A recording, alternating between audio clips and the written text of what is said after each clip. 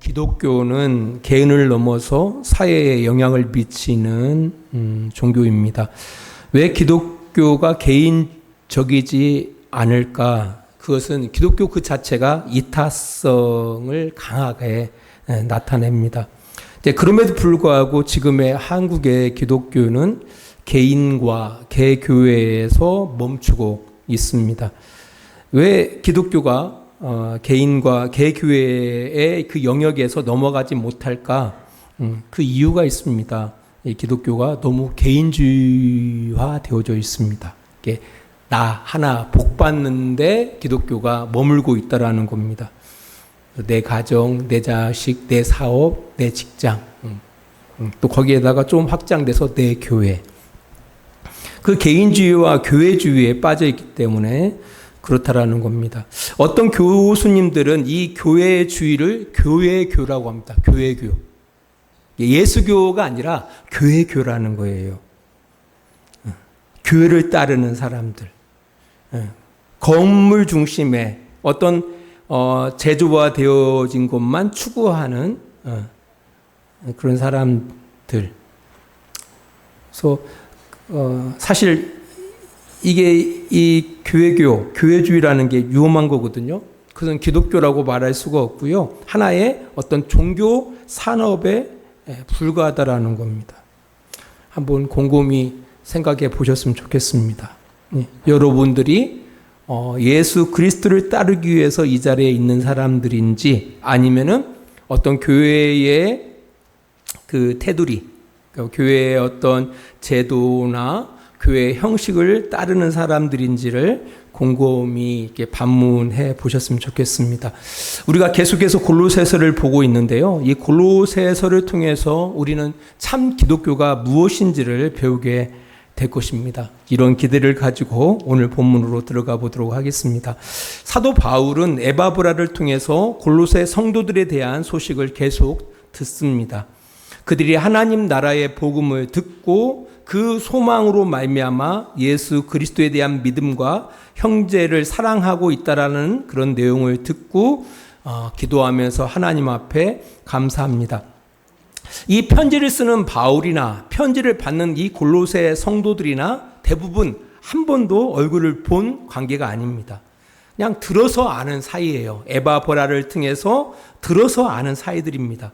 그럼에도 불구하고 바울은 골로새 성도들에 대한 깊은 관심을 가지고 계속적으로 기도하고 있었음을 알 수 있습니다. 오늘 본문을 통해서 저는 두 가지를 살펴봅니다. 첫 번째는 오늘 본문 골로새서 1장 3절로부터 8절 이 내용이 바울의 습관적인 인사말이었을까? 에다가 좀 초점을 맞추고 말씀을 전할까 합니다. 이 목사님들의 습관적인 인사말이 있습니다. 그게 바로 뭐냐면은 기도할게요 라는 말입니다. 기도할게요. 사실 영혼 없는 습관적인 말인 경우가 대부분입니다. 사실 기도하지 않죠. 기도할게요 라고 하면서도 사실 기도하지 않습니다. 제가 성도들한테 기도할게요 하는 말을 잘 안 해요. 왜? 지키지 못할 약속을 아예 않기 때문에 그런 말을 하지 않습니다. 성도들은 그런 얘기죠. 목사님 기도해 주세요 라고 하면은 네 하죠. 그것은 네 하지만 기도할게요 라는 말을 함부로 하지는 않습니다. 왜? 지키지 못하니까요. 그렇다면 이 바울의 경우는 어땠을까?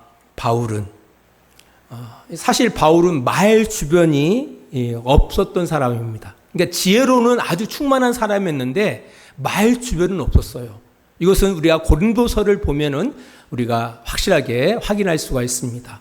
이 고린도서를 바라보면은 아볼도라는 사람이 등장해요. 이 사람은 말 주변이 너무 좋았어요.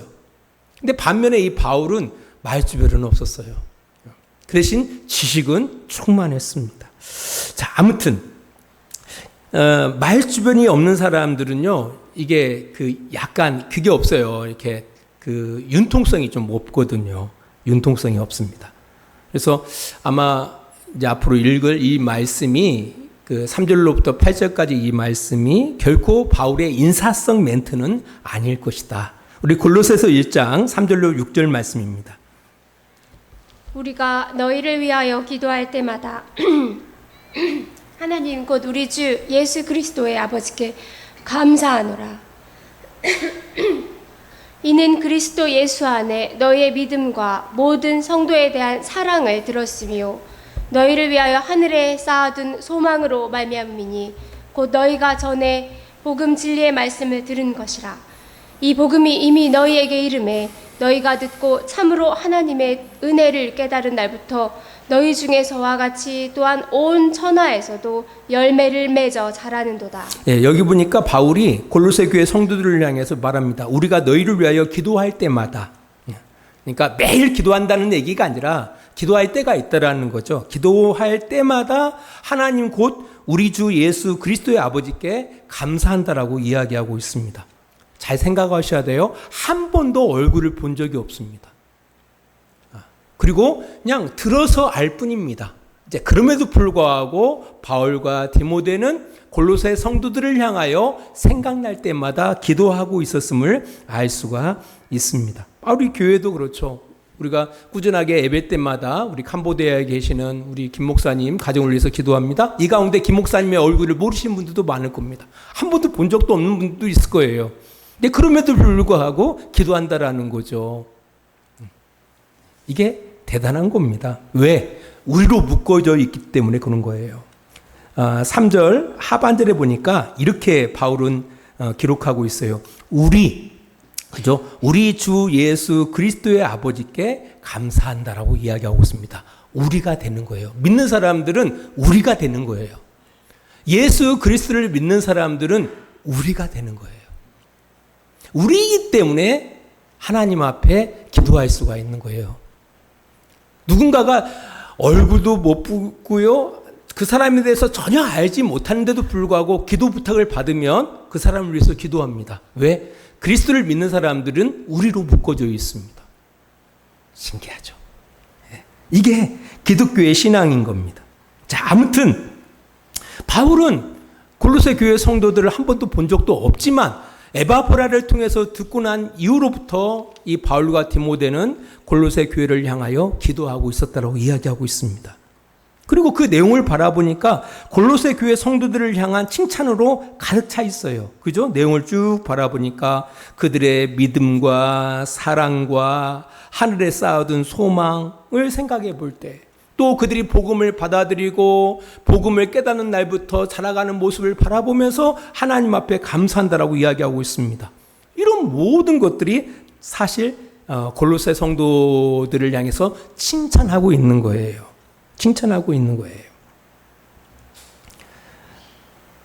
이제 이런 내용을 생각해 볼 때 보면은 이 바울이 골로새 성도들에 대한 어떤 깊은 관심, 또 그들을 많이 인정해주고 있고 끊임없이 기도해주고 응원하는 그런 모습을 볼 수가 있어요. 그러니까 골로새 성도들 입장에서는 바울이 고맙죠. 그리고 이 내용을 들으면서 큰 힘과 위로가 되었을 겁니다. 그렇죠. 안 그런가요? 누군가 여러분들을 위해서 기도해 준다고 생각해 보세요. 여러분들에 대해서 깊은 관심을 가져주고 또 응원해 준다고 생각해 보세요. 얼마나 감사하겠습니까?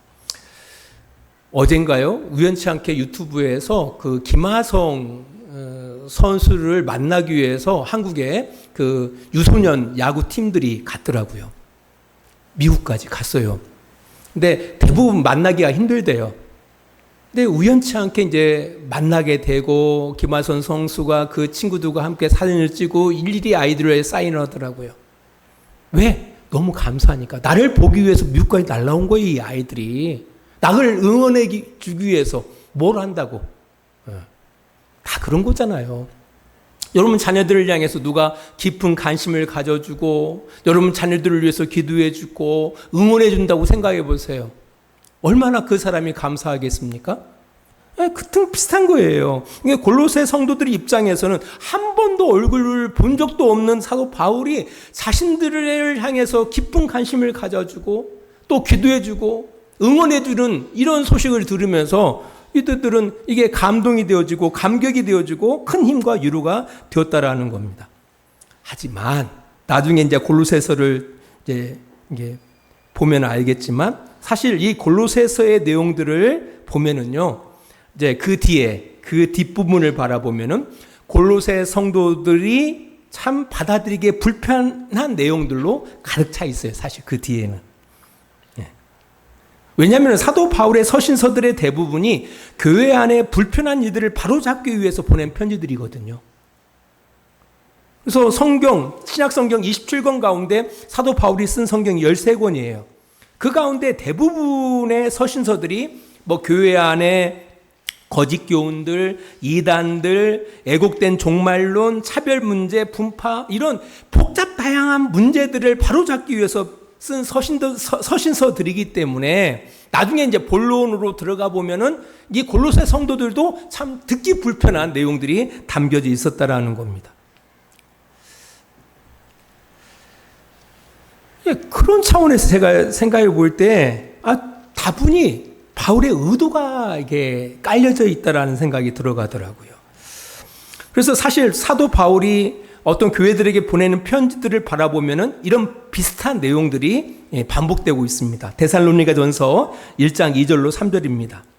우리가 너희 모두로 말미암아 항상 하나님께 감사하며 기도할 때에 너희를 기억함은 너희의 믿음의 역사와 사랑의 수고와 우리 주 예수 그리스도에 대한 소망의 인내를 우리 하나님 아버지 앞에서 끊임없이 기억함이니. 예. 데살로니가 교회를 향해서도 이런 비슷한 문구가 첫인사 다음에 기록되어 있어요. 골로새서도 마찬가지고요. 그러니까 다분히 의도적이다라는 거예요. 누가? 사도 바울이. 우리 부모가 자녀를 키우면서 아이가 어떤 문제적인 행동, 어떤 문제 행동을 습관적으로 행할 때 부모는 걱정하죠. 그래서 이 아이의 그 잘못된 행동을 교정시키기 위해서 노력을 하죠. 혼도 내보고 달래기도 하고 여러 가지 많은 방법들, 저 방법들을 다 써보지만 자녀들의 문제가 잘 이렇게 해결이 안 되죠. 이제 그래서 뭐 전문가들을 찾아가면 전문가들은 여러 가지 방법들을 이야기해 줍니다. 아이의 그 문제의 행동을 교정해 시켜주는 여러 가지 접근법들을 알려줘요. 근데 여러 가지 접근법들 가운데 이 교육 전문가들이 한결같이 기본적으로 주장하는 것 하나가 있습니다. 교정하기 전에 먼저 뭡니까? 부모와 자녀 간의 어떤 관계? 신뢰 관계를 잘 형성해야 한다고 말을 해요. 우리가 학생과 선생님과의 관계도 그래요. 그죠? 우리 어렸을 때 그런 경험 있지 않습니까? 학교 다닐 때 진짜 싫어하는 선생님의 강의는 듣고 싶지가 않아요. 그래서 성적이 잘 안 나와요. 근데 정말 좋아하는 선생님의 수업은 잘 듣기도 하고요. 성적도 잘 나옵니다. 그래서 공부 잘하는 친구들의 특징이 바로 뭐냐면은 선생님들을 대부분 좋아해요. 근데 반면에 공부를 잘 안 하는 친구들의 특징이 바로 뭐냐면은 선생님들을 대부분 싫어해요. 그러니까 뭔가 배우기 이전에 어떤 관계가 더 중요해요? 신뢰 관계가 더 중요해요. 선생님과 제자 간의 신뢰 관계. 부모와 자녀 간에도 그러거든요. 부모와 자녀 간의 신뢰 관계가 매우 중요하다라는 겁니다. 이 자녀와 부모 간의 신뢰 관계가 무너져 있으면은요, 부모가 아무리 옳은 행동을 한다 할지라도, 자녀를 위해서 옳은 말을 한다 할지라도 자녀는 그냥 거부를 해버려요. 그냥 부모 그 자체를 거부하는 겁니다. 이런 것과 비슷한 것 같아요. 앞에서 말씀드렸던 것처럼 이 골로새 교회를 향하여 분명히 문제를 지적하고 문제를 교정시키려고 할 거예요, 사도 바울은. 이전에 바울은 어떤 관계? 내가 너희들을 유하고 있어. 나는 너를 유하는 사람이야. 너희들이 잘 되어지기를 위해서 지지하는 사람이야. 응원하는 사람이야. 라는 어떤 신뢰 차원에서 이 내용을 기록한 것이 아닌가라는 생각이 듭니다. 이게 지극히 저의 생각입니다. 그런데 아마 그런 것 같아요. 제가 볼 때는. 한번 여러분들이 생각해 보세요. 여러분들이 기도하는 사람들을 한번 떠올려 보시기 바랍니다. 누구를 위해서 기도하고 있습니까? 대부분 여러분들이 기도하는 그 대상들은 여러분 마음속 깊이 정말 유하는 사람을 향하여 기도하고 있을 겁니다. 그가 잘 되어지기를 위해서 물심양면으로 응원하는 사람들을 위해서 기도하고 있을 겁니다. 그래서 그 기도의 대상들이 대부분 남편이나 아내, 그 자녀들, 그렇지 않습니까? 저도 아침에 일찍 교회에 있다 보면 저희 어머니 제 1등으로 오시거든요. 오시면 기도를 하셔요. 그러면 기도의 내용을 대해서 한번 들어봅니다. 보면은요, 자녀들, 손주들, 기도 제목이 그래요. 누구 놓고 기도해요. 누구 놓고 기도해요. 누구 놓고 기도해요. 마음속 깊이 응원하는 사람을 향하여 기도하게 돼 있어요. 그가 잘 되어지기를 위해서 무신양면으로 응원하는 사람을 위해서 기도하고 있더라는 거예요. 그러니까 역으로 거꾸로 생각해 보면은요, 누군가 나를 위해 기도하고 있다라는 것은 나를 정말 유하는 사람이라는 거죠. 내가 잘 되어지기를 위해서 정말 응원하는 사람이라는 사실을 알게 되어지는 거예요. 그래서 누군가 너를 이렇게 기도하고 있어라고 하면은 큰 감동이 밀려오는 거죠. 위로가 되어지고 용기가 되어진다라는 겁니다. 그러잖아요. 여러분들 그렇게 응원하고 마음속 깊이 잘 되어지기를 위해서 무신양면으로 이렇게 응원하는 그런 대상들이 다 있지 않습니까? 그러니까 여러분이 할 수 있는 영역은 거기까지예요. 하지만 이걸 기억하셔야 돼요. 기도한다라는 것은 우리가 할 수 없는 영역 이상으로 넘어가는 거거든요. 그것은 하나님이 하실 수 있는 일을 하시는 거거든요. 우리가 그를 위해서 기도할 때. 그래서 여러분들 여러분 자식 잘 되어지기를 원하잖아요. 누구보다도. 여러분 가정도 마찬가지고요. 여러분의 남편도 마찬가지고요. 그럼 어떻게 해야 돼요? 기도하시라는 거예요. 마음속 깊이 잘 되어지기를 원하는 그 대상을 향하여 누구에게? 하나님 앞에 기도하시면 됩니다. 그러면은 우리가 할 수 없는 영역의 일을 하나님이 하실 겁니다. 실제로 우리의 믿음의 선배들 가운데 어머니의 기도 때문에 하나님께 돌아온 사람들의 간증들을 많이 볼 수 있습니다. 그 대표적인 사람이 누굽니까? 성 어거스틴입니다. 어거스틴의 어머니 모니카는 어거스틴을 위해서 기도하는 사람이었습니다. 그러나 어거스틴은 그 어머니의 기도하고는 정다르게 방탕의 길을 걷고 있었습니다. 그는 이미 10대 때부터 10대 때 여인과 동거했고요. 로마에서도 그런 방탕한 삶을 지속하고 있었습니다. 또 게다가 이단인 마니교에 빠져가지고 또 이상한 또 행동들을 했고요. 어떻게 보면 하나님께로 돌아오기 힘든 사람이었다라는 겁니다. 그럼에도 불구하고 하나님께서는 그를 돌이키게 하셨습니다. 아무튼 어거스틴이 하나님께 돌아온 이후에 이런 명언을 남깁니다. 눈물로 기도하는 아들은 절대로 망하지 않는다. 눈물로 기도하는 아들은 절대로 망하지 않는다. 이분이 했는지는 모르겠어요. 근데 이런 명언이 우리에게 전달되고 있다라는 겁니다.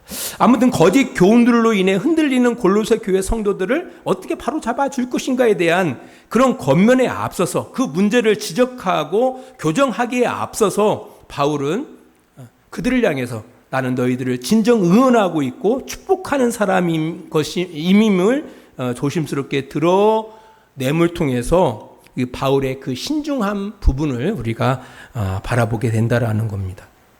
이게 중요해요, 이게. 그래서 빌립보서 2장 1절로 3절은 이런 말씀이 있거든요. 한번 읽어볼까요? 그러므로 그리스도 안에 무슨 권면이나 사랑에 무슨 위로나 성령의 무슨 교제나 긍휼이나 자비가 있거든 마음을 같이하여 같은 사랑을 가지고 뜻을 합하며 한 마음을 품어 아무 일에든지 다툼이나 허영으로 하지 말고 오직 겸손한 마음으로 각각 자기보다 남을 낮게 여기고. 우리 교회 공동체 가운데 어떤 권면, 위로, 교제, 긍휼, 자비 다 좋은 일 아닙니까? 선한 일이에요. 하지만 아무리 좋은 일이라 할지라도 그 일을 행할 때 어떻게 해야 돼요? 신중하게 해야 한다라는 거예요. 그래서 마음을 같이 한다, 같은 사랑을 가지고 해야 한다, 뜻을 합해야 한다, 한 마음을 품어야 한다. 아무 일에든지 다툼으로나 허영으로 하지 말고 오직 겸손한 마음으로 각각 자기보다 남을 낮게 여기면서 행해야 한다라고 이야기하고 있는 겁니다. 신중해야 할 것을 이야기하고 있다라는 겁니다. 거짓 교훈으로 인해서 골로새 교회에 내용이 있었어요. 엄청난 어려움들이 있었어요. 그들을 향하여 지적하고 이걸 바로잡아 주는 것 참 좋은 일이죠. 선한 일이에요. 하지만 그 일을 행함에 있어서 어떻게 했다라는 겁니까? 신중하게 행했다라는 것을 우리가 알 수 있습니다. 우리 옛말에 빈대 잡으려다가 초가상간 태운다라는 말이 있지 않습니까? 그죠? 네. 수단이 지나쳐서 도리어 정작 중요한 일이 그리치는 경우들이 있다라는 거예요. 그래서 아무리 목적이 선하다 할지라도 수단과 방법도 공정해야 돼요. 그래서 늘 신중하게 행동하는 이제 우리들이 되어져야 합니다. 자식을 양육함에 있어서 특별히 더 그렇습니다. 제가 이런 부분에 대해서 많이 실패하는 사람이기 때문에 함께 좀 도전받았으면 좋겠습니다. 두 번째로 살펴볼 내용은요. 바울은 골로새 교회 성도들을 향하여 기도할 때 하나님 앞에 감사한다고 이야기를 해요. 근데 그 감사한 내용들을 바라보니까 우리가 생각한 것과 좀 달라요. 보통 우리가 하나님 앞에 감사하는 그 기도의 내용을 바라보면은요. 보면은 하나님 우리 자식이 좋은데 취직했어요. 하나님 우리 교회가 큰 교회로 이전했어요. 하나님 우리 교회가 이번에 땅을 샀어요. 이런 것들이잖아요. 예. 근데 전혀 그와 다른 것을 가지고 하나님 앞에 감사하더라는 겁니다. 골로새서 1장 6절입니다. 이 복음이 이미 너희에게 이름에 너희가 듣고 참으로 하나님의 은혜를 깨달은 날부터 너희 중에 저와 같이 또한 온 천하에서도 열매를 맺어 자라는도다. 이 사도 바울이 골로새 교회 성도들을 생각하면서 감사했던 그 내용들을 정리해 보면 크게 두 가지로 나눌 수가 있습니다. 첫 번째는 복음이 그들에게 전달되어진 것으로 인해서 하나님 앞에 감사해요. 복음이 그들에게 전달되어졌다라는 거예요. 두 번째로는 그들이 복음을 깨닫는 날부터 열매를 맺어 자라더라는 거예요. 이 두 가지를 놓고 감사하고 있습니다. 왜 바울은 하나님께 이 두 가지를 놓고 하나님 앞에 감사했을까? 어떻게 보면은 이 골로새 지역의 교회가 세워진 것은 에바브라가 헌신한 덕이 아닙니까? 사도 바울의 제자인 에바브라가 복음을 받아들이고 그의 고향인 골로새에 복음을 증거함으로 교회가 세워진 거예요.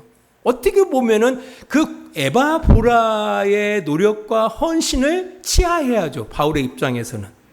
그런데 사도 바울은 에바브라를 향하여 칭찬하고 이렇게 하기보다는 하나님께 감사를 드리더라는 겁니다. 왜 그랬을까? 우리가 복음이 들려진다라는 것, 복음이 전파되어진다라는 것은요, 하나님 앞에 감사할 일이에요. 누군가가 여러분에게 찾아와서 복음을 전한다라는 것은 그 사람에게도 고맙다고 표현할 일이지만은 먼저는 하나님께 감사해야 할 일이라는 겁니다. 로마서 10장 13절로 15절입니다.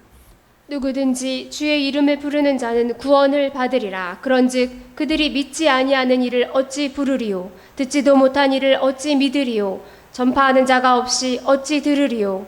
보내심을 받지 아니하였으면 어찌 전파하리요? 기록된 바 아름답도다 좋은 소식을 전하는 자들의 발이여 함과 같으니라. 우리가 누군가로부터 복음을 들어서 복음을 믿게 되잖아요. 예수 그리스도의 복음을 예수님을 믿게 되어지는데 누군가가 어떻게 내게로 올까라고 할 때 성경은 이렇게 이야기하고 있습니다. 사도 바울은 하나님이 보내셨다라고 이야기하고 있어요. 하나님이 보내셨다. 하나님의 보내심을 받아서 누군가가 내게 보내심을 입어서 내게 온 것이고 그가 전하는 복음을 통해서 내가 믿게 됐다라는 거예요. 결국은 와서 전하는 사람에게도 칭찬이 있어야겠죠. 하지만 더 중요한 것은 그 복음을 전하라고 보내신 하나님께 주체가 있는 거예요. 그래서 하나님께 감사해야 한다라고 바울은 이야기하고 있는 겁니다.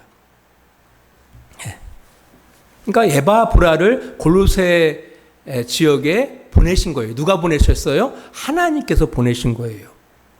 그들을 구원케 하시려고 하나님이 에바브라를 먼저 복음 가운데 믿고 깨닫게 하시고 그를 골로새 지역에 파송해서 사람들로 하여금 예수 그리스도의 복음을 받아들이게 했다라는 겁니다.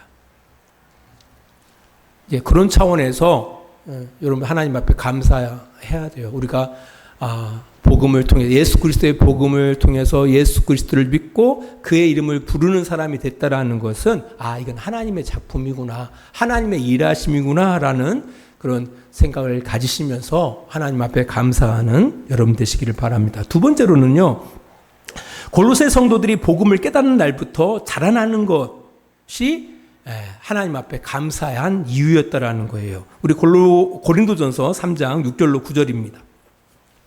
나는 심었고 아볼로는 물을 주었으되 오직 하나님께서 자라나게 하셨나니 그런즉 심는 이나 물 주는 이는 아무것도 아니로되 오직 자라게 하시는 이는 하나님뿐이니라.